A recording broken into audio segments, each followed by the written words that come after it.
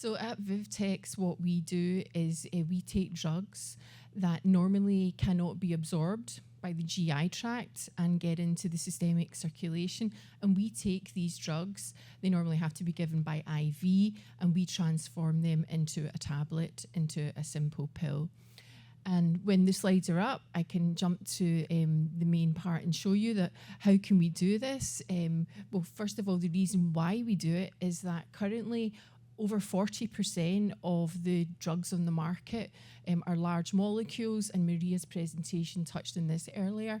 And so basically the size limits them getting across the GI tract. So with the market expanding in these areas, it's very, very important to give patients the choice to be able to take the medicine orally, and that's our vision at Vivtex. So we work with different biotech and pharma companies who have new drugs that cannot get across the GI tract. Okay. So we work with biotech and pharma companies who have drugs that cannot get across the GI tract to make them into oral pills. So the challenge, as I said, is that it's a large number of drugs, and our vision is to give patients the choice. And the benefit for the patients, also touched by Maria earlier, is that you avoid needle pain, safety issues, there is a higher patient adherence, but also the ability to take a tablet at home really has a positive impact on the healthcare system. And also there are advantages for pharma. There's a larger patient population and market that they can tap into. It also expands the IP protection for that molecule, and often it gives competitive advantage for a particular pharma company in a particular therapeutic area. So the Vivtex engine is depicted in this slide, and there are three main components. So if you focus in the top left-hand corner, we have a high throughput GI assay system, physiologically relevant, called the GI Auris, and we have multiple Nature publications that show validation. And what we essentially do is we can test the ability of thousands of compounds per day, their ability to get across the GI tract. So we use pig GI tract, and we also have access to human GI tract tissue.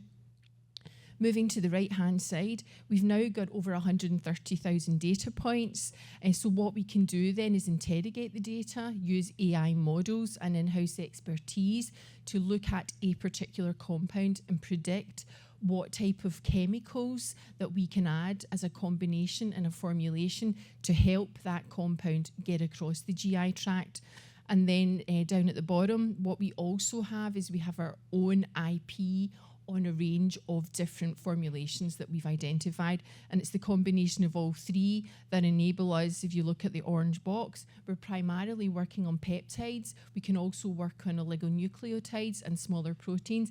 But this system enables us to take something that has to be given to a patient, a needle, to make it orally bioavailable. So why can we do this and other people can't?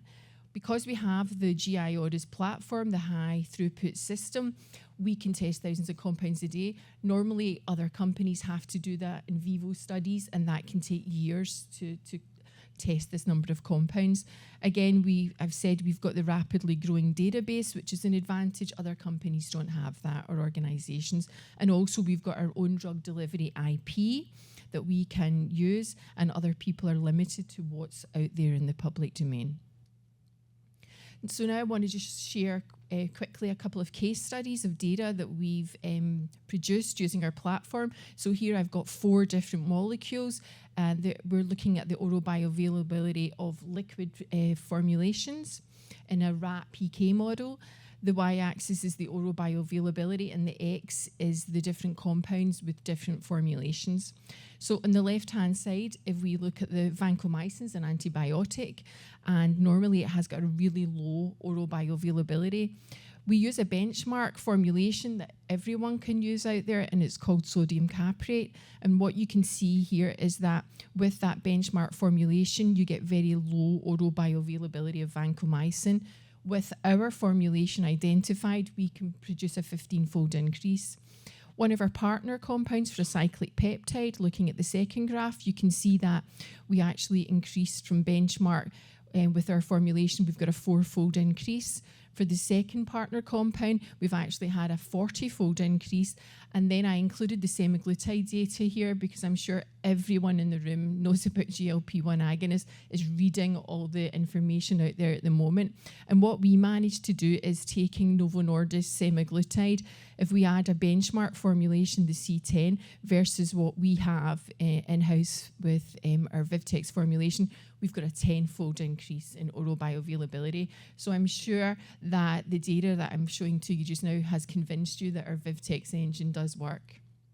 And so the ask today is we have some partnerships already established. We've already got 7 partnerships, and the partnerships can be either a formulation partnership whereby a partner comes to us and says, I've got this really interesting compound, it shows efficacy, but it has to be given as IV at the moment. Can you work with us to give us an oral?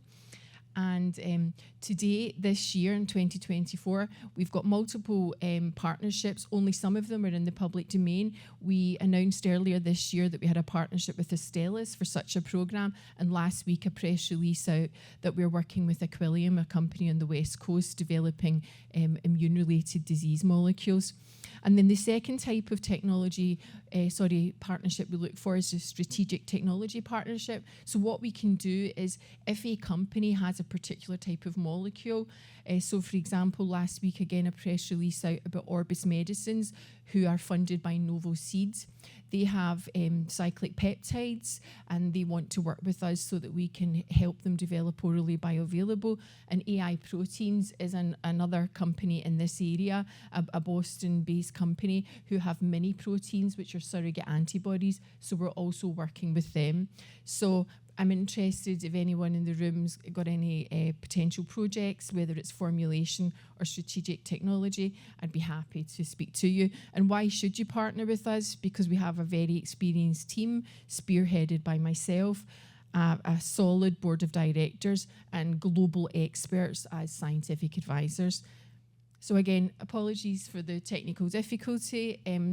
Hopefully you understand what we're doing, and if anyone wants to speak to me at a lunch break or reach out to me after, I'd be happy to discuss with you.